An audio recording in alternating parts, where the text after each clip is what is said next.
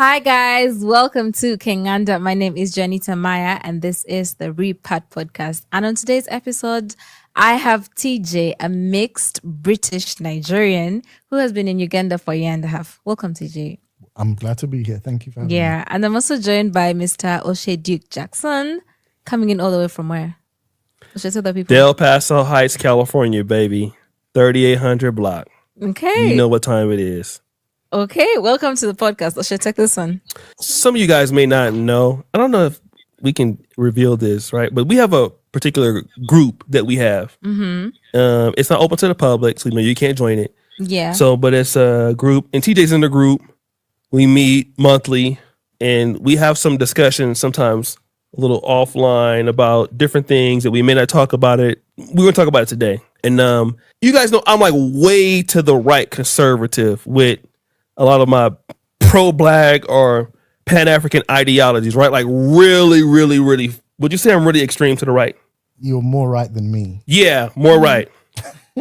So and TJ, who comes from Britain, right? Which is a different experience than America, and also he's a white mother, Nigerian father. We're on the same path, but with different approaches. And so the idea that we want to talk about today is, can other groups who are non-African, non-black assist in the development of Pan-Africanism, or should those people be excluded from the group completely, not being invited and things like that? And so TJ feels differently than me, right? So I didn't know it was about Pan-Africanism. Let's just say the development of Africa. Okay. So if it's about Pan-Africanism, I'm not sure I can speak on that. I'm not sure I'm great at understanding exactly the definitions of Pan-Africanism and all that.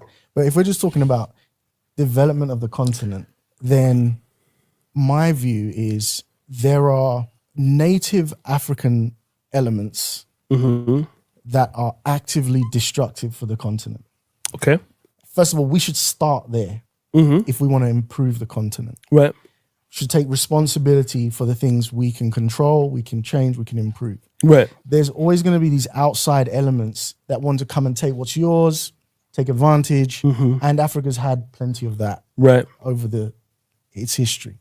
So with that being said, if we can get ourselves right, if we can be efficient, we can be on point, we're not cheating people, we've got a vision, we're professional, we're on time, we do things right, we have contract law, we have property the law actually works. Everything works. Those institutions, right? Then it shouldn't matter if whoever comes to do business with us. Right.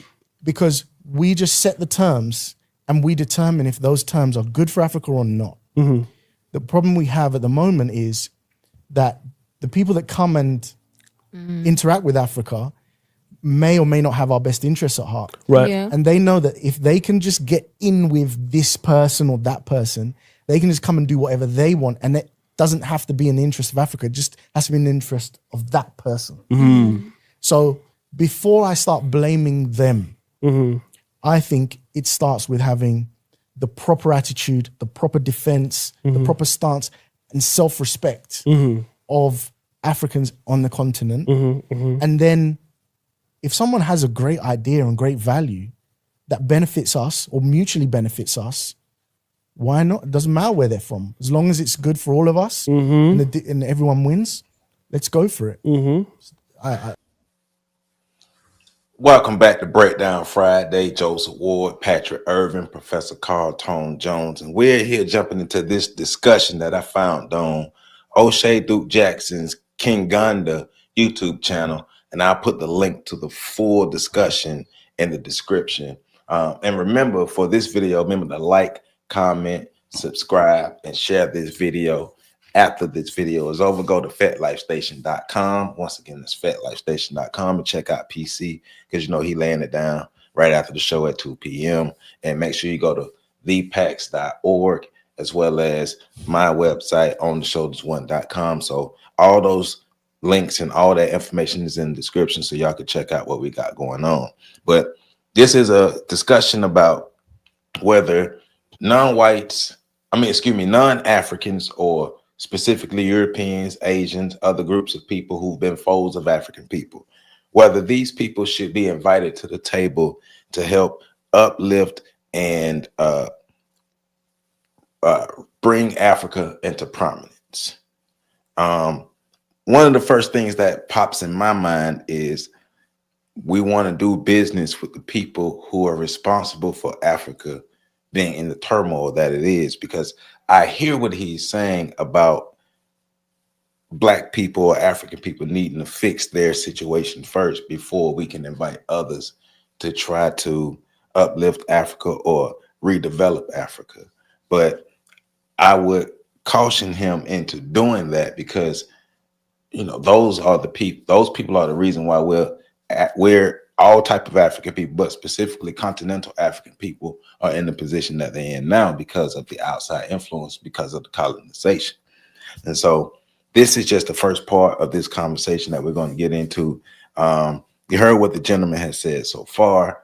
Pat, man, what are your thoughts on what's being discussed so far? Should non-African people, should whites, should Asians, other groups of people who formerly been foes of African people, should they be invited to the table to help redevelop Africa?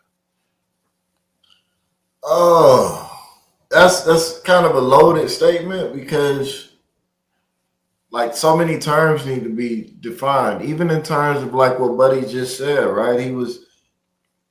When O'Shea presented the question to him, you could tell like whatever conversation they was having previously, he was thinking, he was thinking something different than the question that was just posed to him.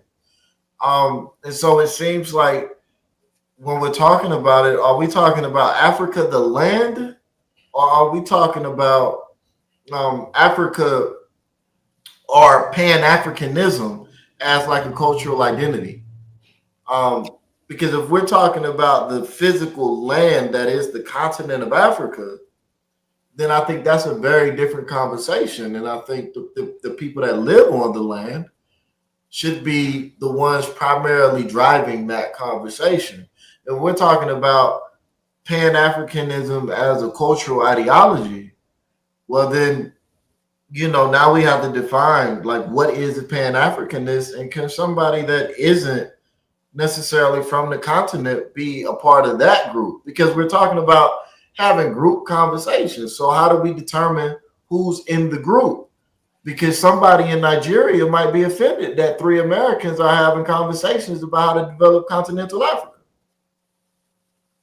So go ahead. I'm sorry. Well, to be clear, this is going to be 2 separate conversations. So to be clear with that, because Buddy did switch it up. So that's why I wrote down 2 different things. I wrote down, because we are going to deal with should white people be a part of, Pan-Africanism itself, the ideologies, but right now, just the development of continental Africa. I agree with what you said. I think it's a game. It's a dangerous game to play, going into business with people that have kind of helped usher you into your current conditions, especially if you don't like those conditions. Right. It's kind of a dangerous game to play.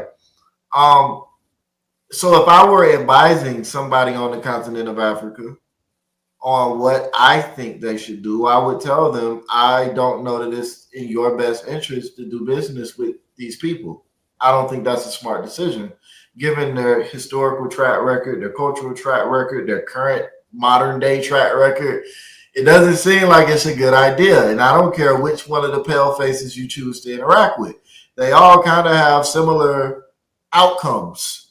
So, then you also had it. The part of the conversation becomes, well, what about the pale faces that currently live on the continent? Do they get a say? Like, do they get to partake? And so I would definitely agree with you. I would caution them to be very, very careful when it comes to doing business with people that have a track record of shady business dealings. Yeah. I mean, because it's the way he reframed it in his posing it. So African people have to get our stuff together to be in a more powerful position to actually be a viable player at the table when you're looking for resources and alliances. But to what he said specifically, he didn't give specifics. So when he says Africans need to get their stuff together, right? What stuff? Like what needs to be gotten together? What is missing? Now, so it makes it hard to respond to what he said because he didn't really say anything. I got you, but so my first thought though, when he says that is, okay, you're saying that African people need to learn. This is my thought. You need to learn. African people need to learn how to work together, and African people need to get over the strife, over the tribalism, over all these things. But one of the reasons why Africa is, once again, Africa's in the position that is in because the outsiders have been able to exploit the tribalism, exploit the strife between African people. So the assumption would be for African people to get their stuff together. The assumption would be that the white supremacists would choose to let up. Well, and I'm gonna say this, and then I'm gonna land my plane, because this is PC's realm. This is like what he do. So I'm gonna say this. Even that view that we have is we have to be careful about espousing that view, because that is in and of itself an outsider's view. If y'all would all just come together, then y'all wouldn't have that problem. Well, you haven't dealt with the things that we've had to deal with. Right. So it's easy for you to overlook all that and say, well, y'all are all one people. Y'all need to just come together. It's a whole lot different when it was your cousin that got into a situation with your other cousin that caused your grandmother to feel this way, that caused your nephew to feel that. It's a lot different to merge that when you're in the midst of it. So I would just say, for those of us that think like that, I'm not saying they're wrong. I'm just saying acknowledge it. That is still an outsider's perspective. And then you have to begin to wonder, well, how much similarity are there? How many similarities? How strong are the similarities between your view and the white supremacist view when it comes to the fact that all you are the same? Right. I'm sorry. But it's also an idealistic view. Oh man, y'all know I stay ready. So it's an idealistic view, but how realistic is this idea, like you say, without factoring in all of the causes that got us to where we are? Because you have to factor in everything, as well as the outside or that external influence on the African people, which was a heavy influence to cause African people to be where they are today. But PC, man, go ahead and jump on up in this thing, man. So responding to, listening to what both Pat and I said, listen to what the gentleman said. What are your ideas on specifically non-African people being a part of the redevelopment of Africa? All right, so first, similar to what Pat said, I want to be real respectful here, because we don't know all the dynamics and we're outsiders. Right. As much as I believe that I'm African centered, I don't live there.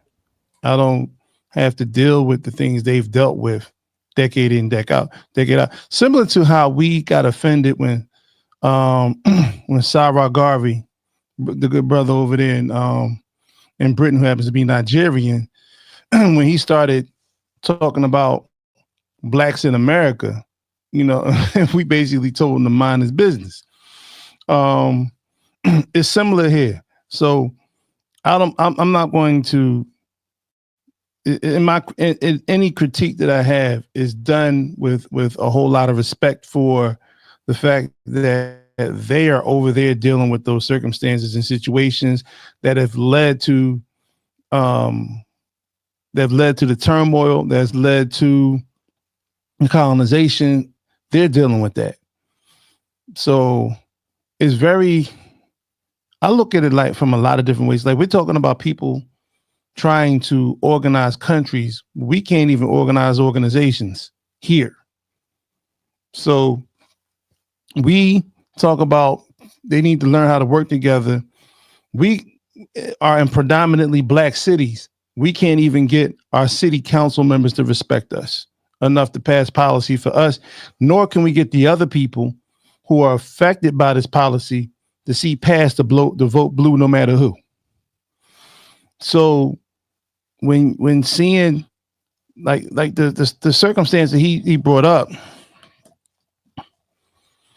Africa has been the target far longer for its resources than like this whole concept of America wasn't even a thought when the war. This is an ancient war, right? That it's kind of like water going up against rocks. Africa was the rock at one point, but the Europeans kept coming with the water, and eventually you get erosion, and it breaks down the barriers between them and you, and so forth. And now it's muddy, it's sandy, it's muddy, whatever.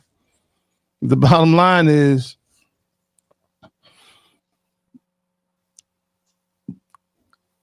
I'm with Pat on this.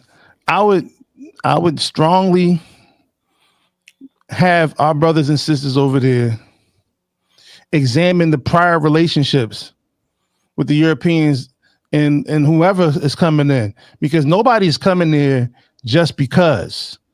Now, one of the things the brothers did say was get the best deal for your country. I agree with that. But, you know, Africa was so colonized that when they had their liberation struggles and won, they still had to reach out to Europeans to come in and help them organize the infrastructure of their countries, which is kind of how it got to where it is right now. So you look at Ghana, for instance.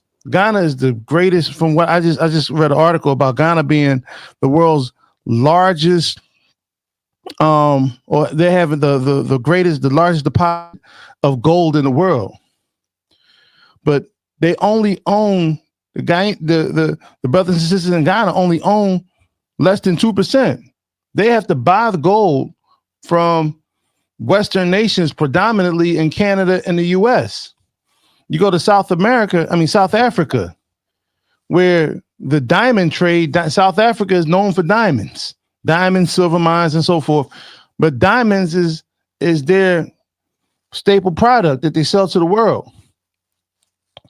Well, less than 3% of that is owned by the native Africans. So they too see. So these are the types of relationships. In South Africa, only 7% of the population is white. The last time I checked. So, and even in the process with working with the Chinese, how many videos have we seen of the members of the Chinese community doing vicious and disrespectful things to the Africans in those countries where they have spaces where those Africans aren't allowed to go? Mm-hmm. They have construction sites where they're horribly treating the African workers. They're implementing their culture. You know, I saw one video where it had a Shaolin temple. Now, I don't mind the young brothers learning it, but what else is coming with that? You know, what else to speak? Because Africa has its own martial arts. They have different countries in Africa have their own martial arts forms and techniques and traditions. Yep. So, and the last time it got to this point was the Berlin Conference. We saw how that worked out. You know, and the notion of all of Africa being on the same page, there's never been a time in history when all of Africa was on the same page. Right. They might not have been at full war with each other, but they were different tribes, different chiefdoms, different countries operating differently. They were able to weave and intermingle languages and so forth so they can communicate. So, you know, I'll land my plane there. Well, but that's why, you know what I'm saying, it's an ideal, but how realistic is the idea of this one African nation? But, you know, like we all saying, we're all in agreement. It just don't sound right to want to put yourself in a position to do business with the people who've been having you messed up for the longest. But let's continue. Let's listen to. Well, hold on, Joe, because I wanna what you just said, because I know you've asked that question twice now about how realistic is it. And on that, I'll take a pretty strong stance. Not only is it unrealistic, but it's childish, immature, and dangerous to have that view. Elaborate. I mean, as PC put it pretty. He used a pretty good metaphor, a pretty good way to frame it. We said we're trying to organize countries, and we can't even organize organizations. You know, I'll do you one better. Most people I bump into can't even organize their own thoughts. Right. You know what I'm saying? So the concept of organization is in and of itself a complex and high level task, activity that most of us can't even do within ourselves. And so when you're trying to present this idea of unity, a unified front, we're all on one page. What you're talking about is essentially the epitome of organization to the highest level. And then even to that, we got to understand a lot of these people, when they're saying on one page, they're not even talking about unity. They're talking about uniformity. Yeah. They're talking about no differing opinion, no difference of thoughts, no difference of viewpoints or perspectives. They're talking about the ultimate extreme of an activity that most people can't even do to a minimal degree within their own lives, within their own heads, within their own minds. And so, go ahead. I'm sorry. A total amalgamation of ideologies into one total ideology that will help move them forward. Right. And so where it becomes dangerous is there's a failure of acceptance to accept that other people are different from you, but then also a failure to accept that you might be wrong. Because a lot of these people that are presenting these ideologies and these thoughts and these theories are presenting them from the standpoint that everybody's going to amalgamate, use your word. Everybody's going to come together behind their idea. You know what I'm saying? Like everybody's going to unite behind what they put forth. And you see that oftentimes in the way they argue so strongly for their position. And then they say, well, we all just got to get united. I don't care what we do, but you do care what we do. Because if we do something that you don't want to do, you don't want to unite no more. Now you start talking about how we need to do something that actually works, and we all just need to come together. You circle the block. So that presents this level of rigidity of thought that belies the what's the word? The bigotry present in the way we maneuver throughout the world. And I use the word bigotry intentionally because I think most people can understand how bigotry can cause violence, can cause a problem. And so when I hear people talking about we all just need to get united, I can see that slippery slope from saying we all need to be united to saying we need to purge everybody that doesn't think like us. Like that's the next step in that thought process, because there's an inability to understand that other people think differently than you. One of the things that's beautiful about us three is that we all have the same destination in terms of our plans for our communities and our families. But how we get there, we're flexible. Joe, you highlighted this in the last show, and I think it was beautiful. Or maybe it was off the air, but for those of you that didn't see it, we was talking off the air, and Joe made a beautiful point about that. That flexibility of progress, you know what I'm saying? Like we're stubborn about the destination, but we're flexible about the route. That perspective doesn't really present we just all need to get united as a solution to the problems inherent in separate groups. Right. That is not a solution that somebody presents when they think like that. What you hear when people think on that level is you usually hear them trying to get people together to examine ideas. What are your thoughts? What do you think? What's going on over here? what did they say? You know what I'm saying? Like, what are the facts? What happened here? They're trying to get everything together so that they can determine a pathway forward. They're not starting with saying, look, everybody got to get together. So how we going to do that? Because essentially that means all of y'all going to get behind me. And so is there an answer in there somewhere? Because at this point I feel like I'm rambling. But I think I answered your just question. to a quick point to that, though, you know, if you have a group of people who are uniting under one idea, under this, you know, this idea of unity, but they haven't fixed the issues within their own nation, their own communities, it'll be easy for them to, like I said earlier, to become a part of this new culture, to become a part of this new thing, because they have no real structure where they are. And especially if this over here seems to present them something better, they'll just transfer over. So they will lose who they originally are. And then the dominant culture still win. Look at what just happened at this last election here in America. If you were black and you didn't vote for the Democratic Party nominee and so forth, right, you were pretty much ostracized in here. There were people literally wishing deletions on black men because it was asserted that black men was the reason that their particular candidate of choice didn't get into the office. Imagine had they had the capability to go further with that. We've actually seen that in Africa. The whole concept, the whole thing with Rwanda, the Liberian Civil War. We've seen that happen.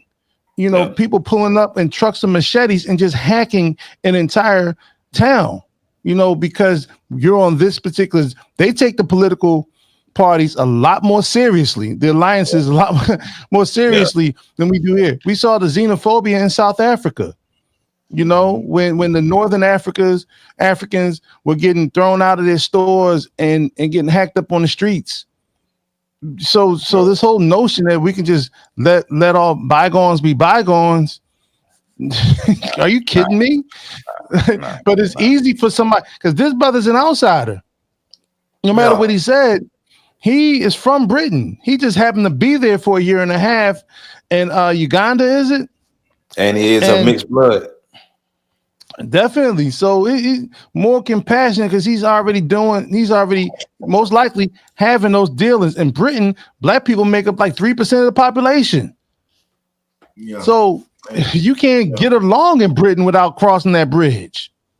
Yeah, his mother, but his mom is white and his dad is black. So yeah. And the most dangerous form of anything is the righteous form of it. And what you see from the left here in America is righteous bigotry. Yep. Let's continue. That's what I see. Okay, so let me just talk about that in terms of a country like Singapore. I don't know if the guy's name was Jack Long Koo or something like that. Yes, I'm familiar with the guy. Amazing leader, great leader. So Singapore was kicked out of Malaysia in the early 60s. Yeah. He even cried on television. Ex-British colony, by the way. Ex-British colony. Yeah. And they had no real natural resources, and so the resource they had was the investment in the people. So what he put together was, okay, listen, you international companies that would like to use Singapore, which is like a hub for, you know, the Asian tiger countries. I don't know which ones those are, but I think it's like Malaysia. What are the Asian tigers? Indonesia. Singapore is one of them. Whatever. In that region. Yeah, that region. So Singapore became like a hub for trade, processing oil. Yes. And he made people say, hey, listen, Taiwan, I believe, is one of them too. Asian tigers. There you go. Xinguan. Brilliant guy. And his people benefited from the skilled labor. So did Taiwan, something very similar. So those are countries in which I can see that this has happened. Now, let me get on my conspiracy theory. I'm going to say something that I can't prove, but I want to just say it. I don't know if, and I can't say that we haven't had African leaders who were like this guy, because I'm pretty sure that we have. But would the whites ever take such a suggestion? Has that been put on the table? Even when I see these countries that have these sovereign wealth funds, for example, you see Saudi Arabia has one, Norway has one, well up within $1 trillion. Do you think that what I'm trying to say is, would that same level of parity be given to Congo, would we expect to see that same level of parity to be given to Nigeria? When you see countries in Africa developing, no shot at Rwanda. Well, would Rwanda be developing at its rate if it was the Congo? I don't think so. I believe because Rwanda doesn't have the resources and it's not as much of a threat as the Congo or Nigeria, so it's still stable. No, I can't prove. So before we get to, at least especially that latter part, one of the flaws in this discussion to me is, especially when you bring up the example of Taiwan, one of the flaws in that is you're talking about the redevelopment of a country versus the grand scale of a redevelopment of a continent. And going back to what we were saying earlier, it's easier to get people in a country under specific governance on one page, because we can see most of Black America vote Democrat, right? So it's easier to get people within the country on that page and that mindset versus a continent with like 54 different countries. So I think that's one of the biggest flaws when you're looking at examples of how to redevelop Africa. How do you redevelop a continent? If we're talking about Africa as the grand scale, it's a continent. So how do you redevelop a continent? And looking at examples of a country, I don't think are viable enough to help redevelop a continent. That's me. Go ahead, Kishi. No, it's interesting because this is, I'm not going to call it a straw man's argument that's being made. There was a lot of rambling going on there, but trying to make sense of it. Yeah. Trying to make a little sense of it, excuse me. That, okay, let's just look at what happened in the last year. Nigeria, which is a country which half of the country is without natural power, without a source of power. Like half of the country is literally in the dark. They power 75%, I believe it's 75% of France's uranium-driven nuclear power plants. They literally stated that they wanted to claim the uranium. I believe, now I might be wrong about this. They wanted to claim rights to their uranium, and they shut off France's access to it. France then goes to America, and then America goes to Nigeria to bully Nigeria into compliance. Right. This is the relationship that we're talking about. These are the relationships in which these individual countries are primarily owned by Western interests. Mm-hmm. These countries, they have to borrow money from the World Bank in order, and the International Monetary Fund, in order to produce infrastructure, upgrade infrastructure, or just their basic needs in their countries. They're purposefully underdeveloped by these Western interests. Say it again. They're purposefully undeveloped by these Western interests. The levels of, they love when, like, there was just an article a few days ago talking about I think Dr. T.S. Johnson shared it on Facebook about Africa losing, the monetary value of African currencies losing value. And people outside of Africa look forward to this so they can buy up bits and pieces of the African infrastructure. It's called austerity. And so different countries are buying up chunks of that particular country. So now they have ownership within those countries. They get to dictate policy. They also get to impose embargoes when things don't go their way.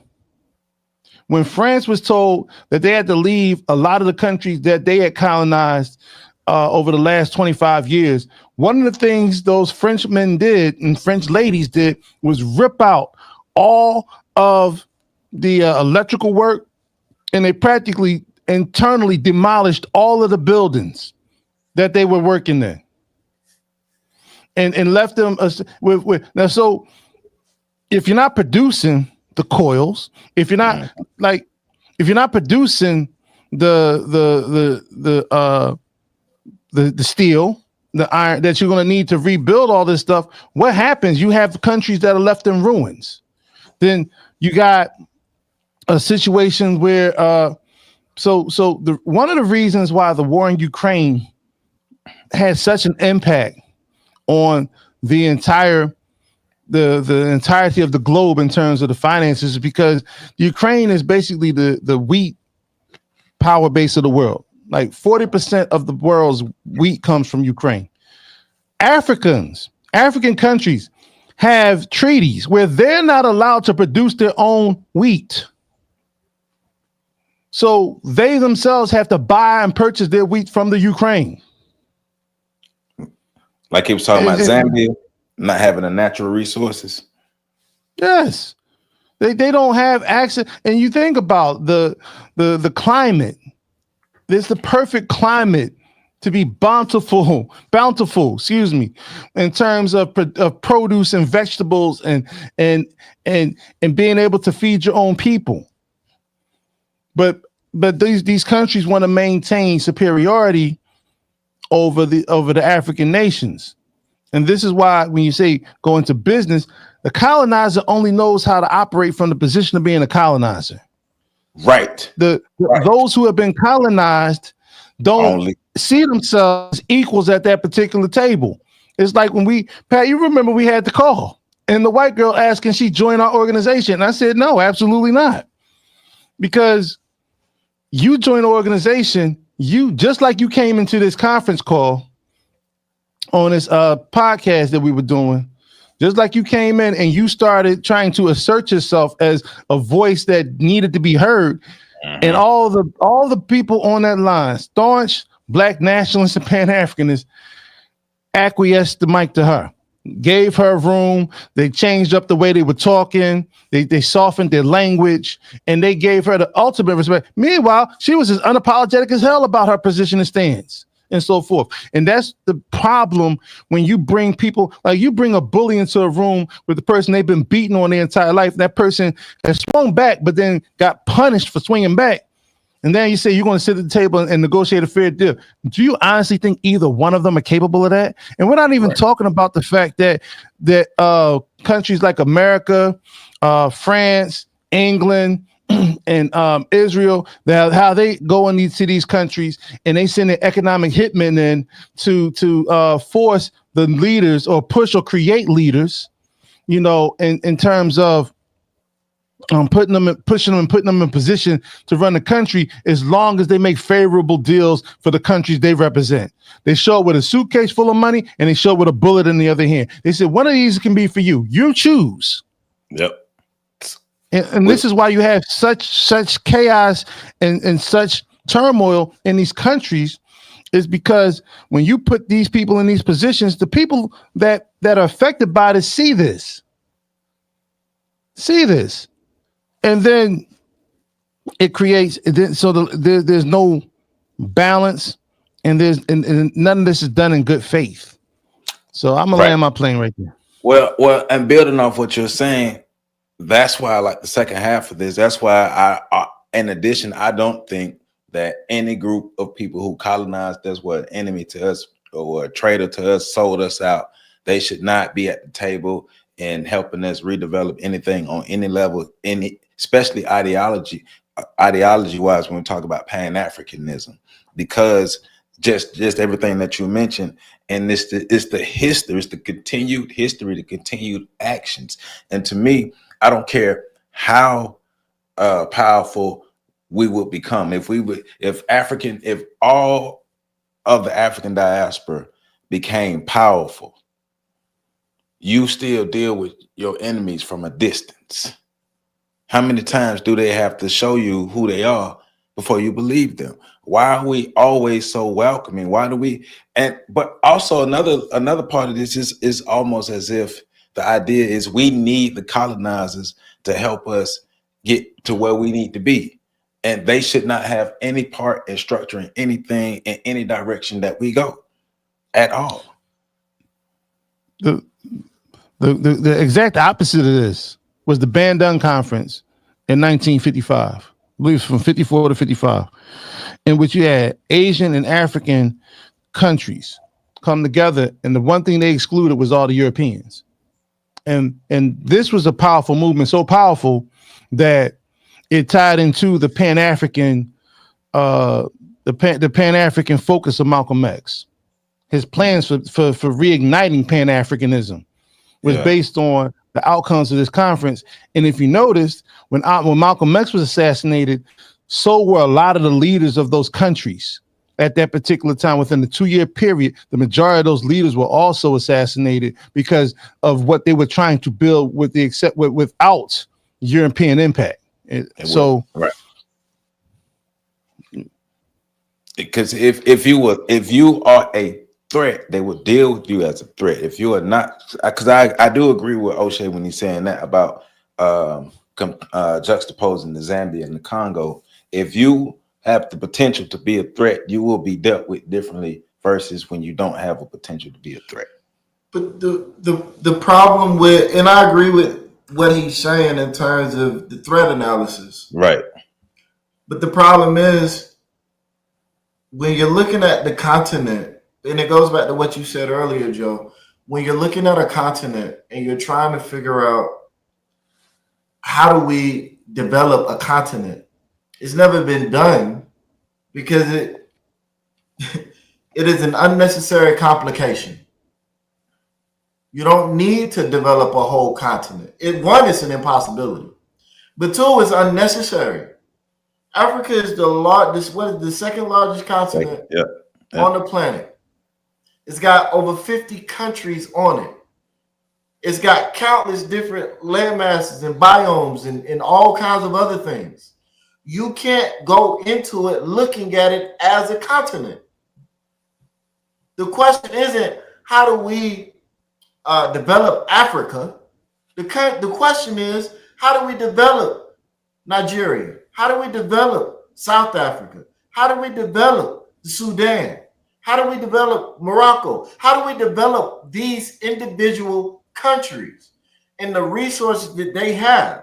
And then how can we develop a relationship between these countries where they can then use the resources found in each country to build each other up? So how do we develop an intercontinental trade system?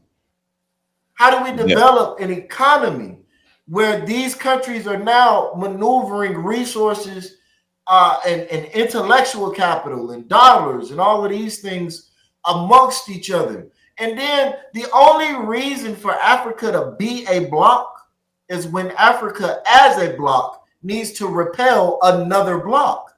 Mm-hmm. Outside of that, you're not aggregated just to be aggregated. Like, that's not the optimal state of existence. You aggregate when you need to repel a force larger than you. But when you can handle it on your own, handle it on your own. Why punch somebody when a slap will do? Necessary use of force.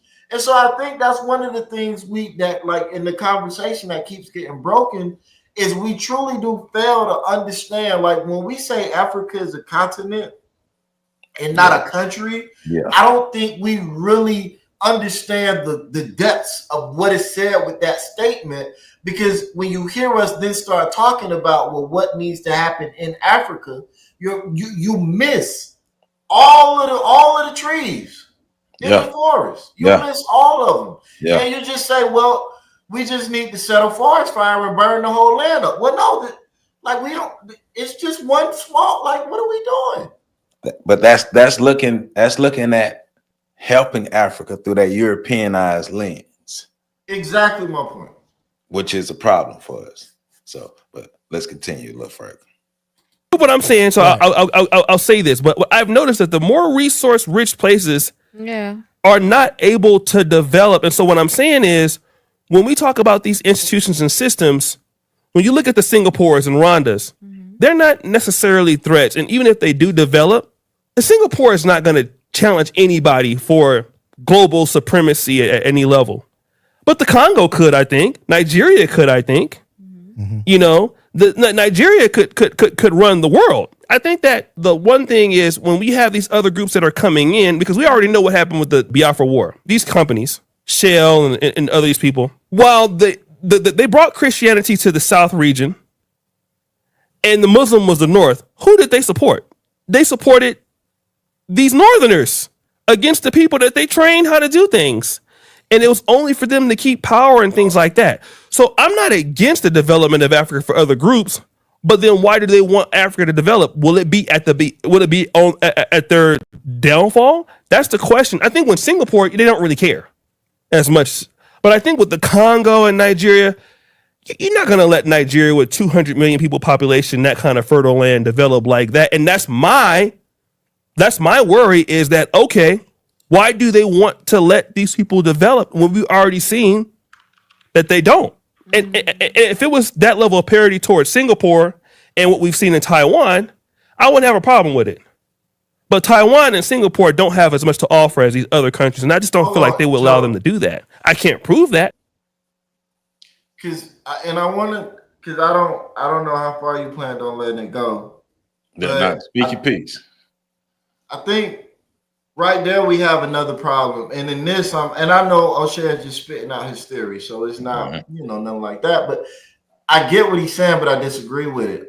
There's a failure to understand the totality of exports. South Korea has a population of about 50 million people. K-pop dominated the U.S. It was a major cultural export, a major one. Japan has a limited population, right? I'm not entirely sure what the exact population of Japan is right now. Anime is currently dominating the world. Yeah. It's a major cultural export. The black community don't really produce no physical resources, but hip hop is one of America's major cultural exports, and it has dominated the world. So I think, and here, we got to change our lens a little bit, because cultural exports are ways to shape society, ways to shape the world. And people very much do care about that. They very much are threatened by that. We see that in America with the way they responded to hip hop in the 80s and 90s and the 2000s. They brought it up. Yeah, we see that all over the world with the way WhatsApp is not anything mined out of the country, not WhatsApp, TikTok. It's not anything mined out of the country, but America and several other Western nations are looking at it and they're like, China's gaining too much power, too much control over our citizens through this app. So I think in that, O'Shea, his thinking is just kind of limited in that he's just thinking about resources in terms of what can be mined. And we exist in a different world nowadays. Any country can become a threat. And thus, I think all countries are assessed for their threat value. The reason Africa is not assessed as a threat as a continent is because you look at, well, what is the major export of various different countries on the continent? And for the most part, it's all physical resources. Well, who owns the raw production facilities? Those tend to not be the countries of the places where the raw seed resources exist, right? The colonizers. So there isn't a threat there. And because they control the thought processes and a lot of other things of the leadership cast in these places, there isn't a threat there either. So I think it just like when we start talking about threat assessments, threat analysis, the determination of what is a threat, defining threat, we got to be a lot more nuanced and a lot more savvy in terms of what's actually happening in the real world than to simply say Nigeria could be a threat because it's got 240 million people in it. Because as I just said, South Korea has a population of 50 million people and it took over America. But it's not a threat. It's not a threat because their leadership is part of the right.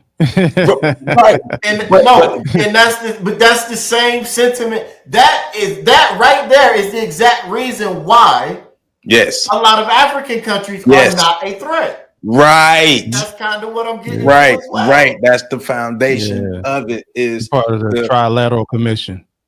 So the argument he's making, essentially what I'm saying, doesn't make sense because you're saying,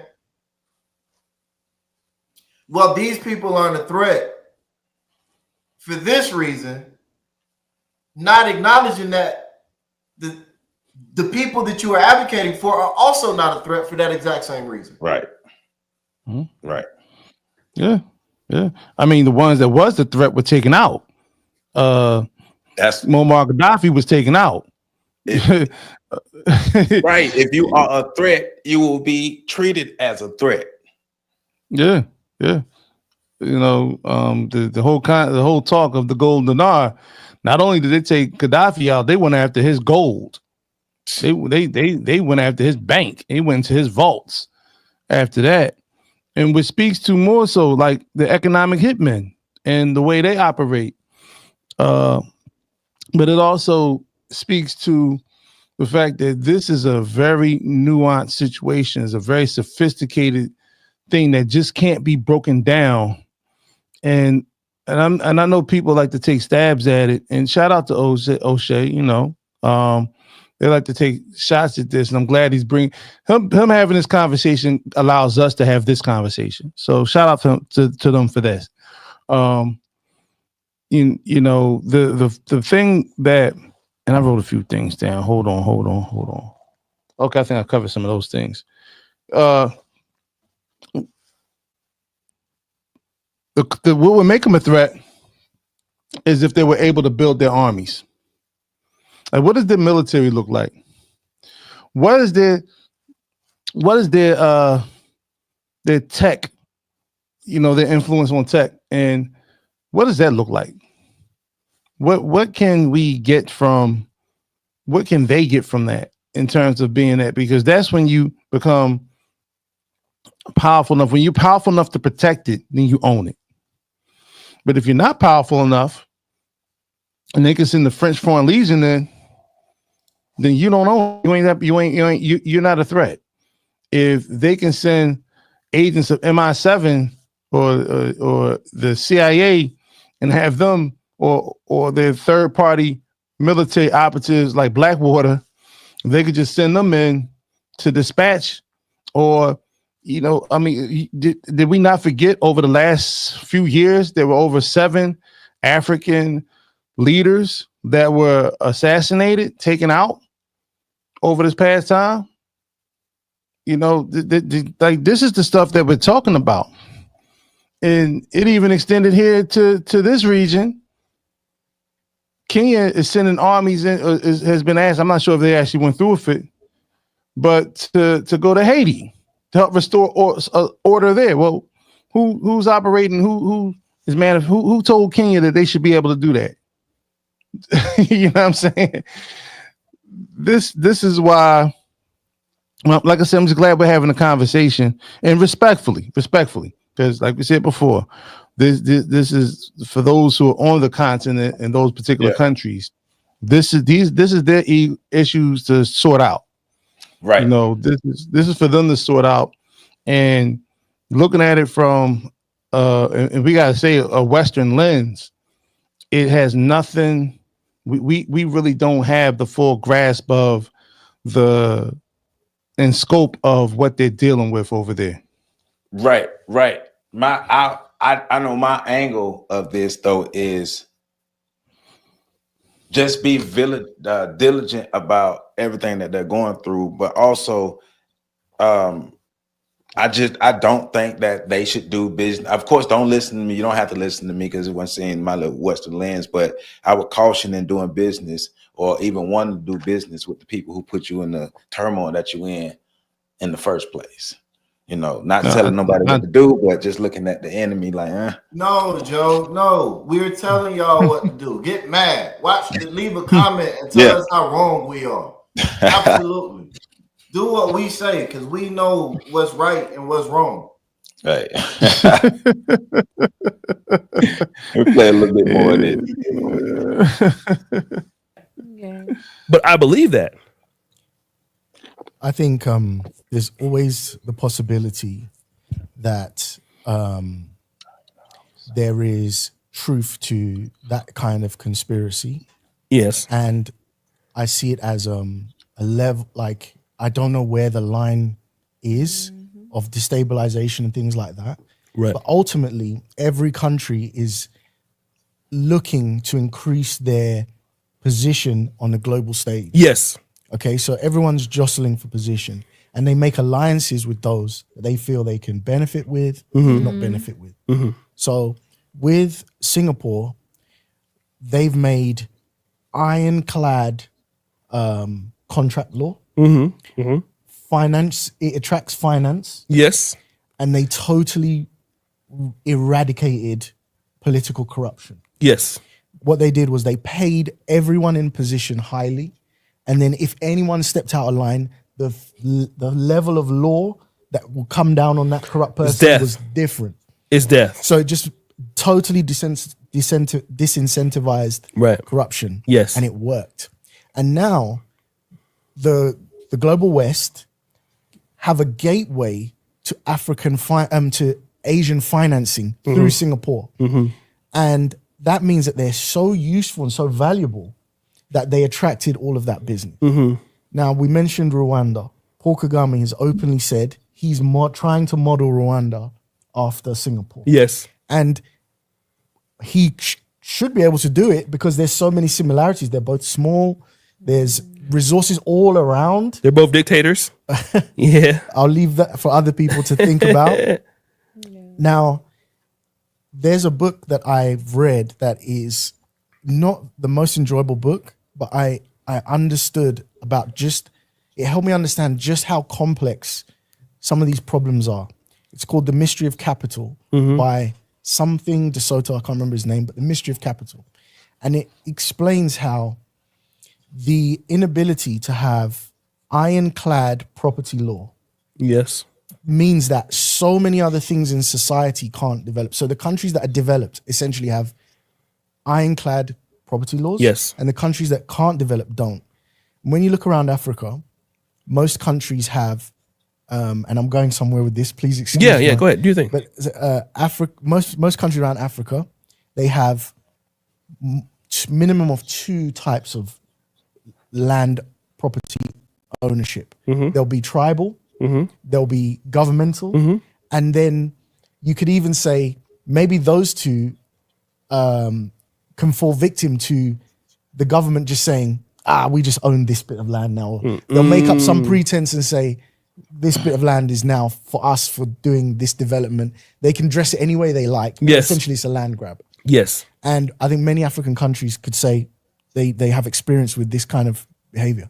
So what it means is that your local farmer, your local businessman, your local whoever can't go to the bank and get equity on loans off that property because the bank just sees it as like the government could take it away, or if your tribal leader has a dispute, that land could be taken away, and becomes so that in the US or in the UK, or Singapore, those types of laws are so ironclad that the bank will loan you the money, right? So that then you can buy a second farm, or you can make that farm have more output, be more efficient, and then your wealth grows without you having to spend a generation building without financing step by step. Yes. So, but you can't move forward with those ideologies without factoring in the history of colonization, because the examples that they're using, Singapore, the United States, Britain, they're not structured the same way these African countries are. And the African countries that you are talking about, a lot of times those African countries, the leaders are US or Western implants, or the ones who are pushing the Western ideologies and helping to keep that. So in the sense that the oppression and the outside rulership is still there for the African countries. So you're expecting colonized countries to be able to exist in the same fashion as uncolonized, as a country like Singapore, who's uncolonized, or the whole of the United States or the whole of the UK, right? And it's, to me, it doesn't make sense. It doesn't line up. It's not fair comparisons. It's apples and grapes. because you're talking about using Singapore as an example of a gateway into Asia, right? Right. But these Asian countries are stronger than these African countries. Nobody's going to use Singapore to go into a gateway. I mean, as a gateway to get into China and just whatever, be able to take over China. No, China is a stronghold already. So of course, China is already doing business with the U.S. China's already doing business with the U.S. China already has footholds within the West. The UK already has footholds in other countries around the world, in the US as well. So you're using these countries that already have these power bases as examples of being able to build up or redevelop these things and building alliances. But you're still talking about building alliances with the people who put you to building alliances with countries that are power bases that will have some superiority over those African countries who are looking to develop. Once again, going back to what Frantz Fanon is talking about in his book, The Wretched of the Earth, is you purposely underdevelop these countries so they will need you to redevelop themselves, continuing that perpetual cycle. That's what I'm thinking. Well, one of the things that I'm taking, I had to double check just to make sure I know what I was talking about. Singapore, one, it doesn't have natural resources. Not to the point where you would need it. Singapore served as a hub, as you stated, for Western impact or influence in that particular region. So basically, it was like Hawaii is for America. Basically, is a place to put a base. All right. So, but Singapore was redeveloped into one of the it's like a economic hub, where a lot of business transactions take place in Singapore.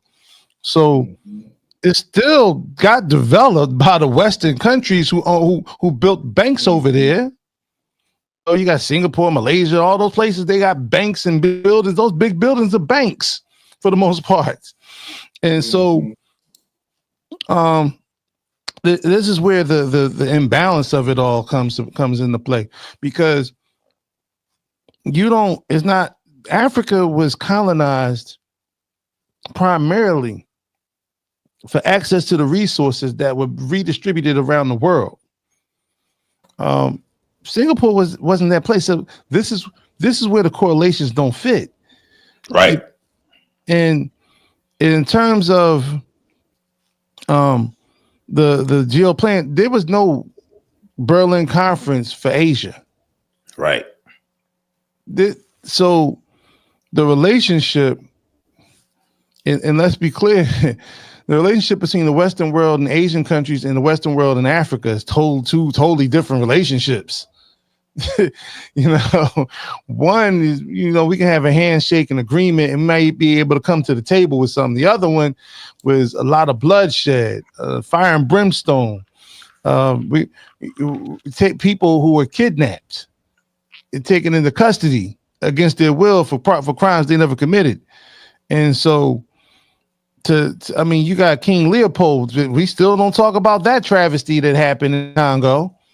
Right. And all of this stuff that's not been put to bed. It hasn't. Africa, you know what? Just like we say here in America that we deserve reparations, every African country that was violated by the interactions between them and the Western world, specifically European nations, they need to be repaired before any of this stuff should happen. Yep. They need to be repaired. They need to have a lot of their debt written off. The International Monetary Fund, the World Bank needs to write off all the debt. These central banks, the Bank of England, or the Bank of London, excuse me,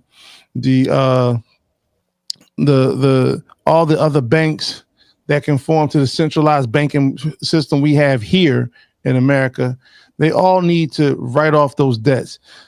And I know they would lose their stranglehold over that. Now, as a person who lives in America, that'd be a terrible deal.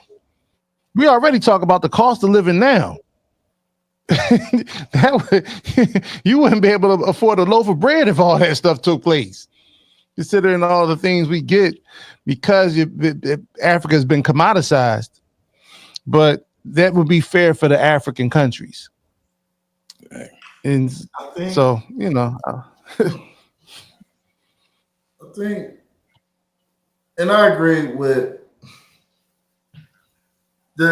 I think, like, you have to be aware to acknowledge your cultural blind spots in culture conversations like this.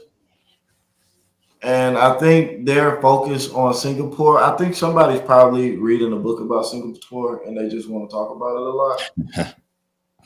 Like, that's how it comes across to me.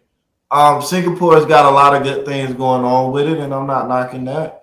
But you can't really compare what's going on with Singapore to what's going on in another country unless you can really lay out why the comparison makes sense.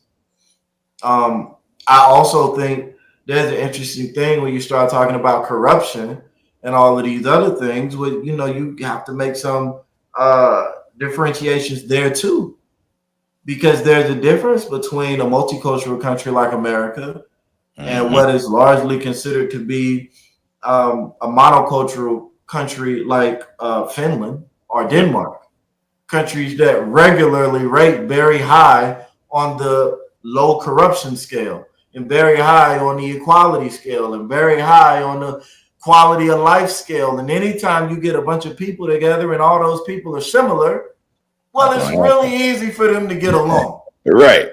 So it's hard to make those types of comparisons. And when you look at the various lists that come out for countries, those countries tend to be at the top of the good parts of the list. So I think Singapore is one of those countries, but Singapore is also, you look at the nature of Singapore, like PC said, Singapore has become a hub of business and trade and travel. And a lot of people go to Singapore to take advantage of the natural resources that they do have, which is, I don't know how to say this a correct way, but it's largely their women. Yeah. Like, if we're being real about it. So they do have a natural resource. But it's also interesting that they rank very, very well in terms of human rights violations, but everybody's going over there to take part in their women. So it's just, you begin to have these and all of these things come into play and then that's culture. Because while to me, as a black man in America, that might not be a great look to somebody in Singapore that's born and raised in that culture, they might be okay with that. Who am I to say that that's wrong? So I think when you start having these conversations and comparing, you just have to be careful about the comparisons. And it's hard to compare what's going on in Africa to what's going on in Asian countries, when those Asian countries tend to have more of a power base rooted in the modern world, where they can push back and they can fight back and they can you say whatever you want to say. If it get froggy over there in Singapore, it's Big Bro right next door. You know what I'm saying? Like, we get into some shit if that's what you try to do. Right. So I think that's a whole different dynamic when you're talking about like Ethiopia or Eritrea, and you're like, yo, yeah, we can get into something. Man, get out of here. Get out of here. Get into what? Right. But that's but that's a better understanding of the world and how the world works, but also a better understanding of how white supremacy actually works, but also the other groups of people who are vying for supremacy. No matter what, at the end of the day, African people, we have to understand, no matter where you are across the globe, we have no friends outside of ourselves. And for a large part, we're not even friends to ourselves because we've never learned to do that, because we've never had to do that on a mass scale. So like Pat said earlier, it's the development of the group of people where they are. And until those groups of people develop in a healthy manner for themselves, in a positive manner for themselves, you're still going to have the fracturing. Now, if you're talking about a grand scale, every country in Africa would have to do that. And if you're talking about a Pan-African scale, the diaspora would have to do that. But we can see the diaspora, if the diaspora clearly doesn't want to do that. But where you are how can you best develop what you're doing in your neighborhood and all those things. We have to think on those scales. It's like that, how do you eat an elephant? One bite at a time, because we're looking at a grand plan with no real blueprint of how to do it. There's no blueprint on how to do what the gentleman is talking about, what TJ is talking about. There's no blueprint to it. And the blueprints that you are using, they are flawed when it comes to comparing them to the African countries because of all of the factors that go into why the African countries exist the way they exist today. You want to play with the same people who keep pushing you down in the sandbox. So you're like, well, we're going to get stronger. And when we get stronger, we can be on an equal playing field with these people and everything going to be cool. Keep thinking that. Keep thinking that. So once again, man, PAX Inc. thepax.org. Make sure you check out the website, thepax.org, fetlifestation.com, fetlifestation.com. Go to it right now. Love you all. On the shoulders 1.com. Make sure y'all catch the next videos. Keep supporting what we got going on. We love y'all. We'll be back next week. Peace out. Enjoy y'all holiday and y'all weekend and stuff.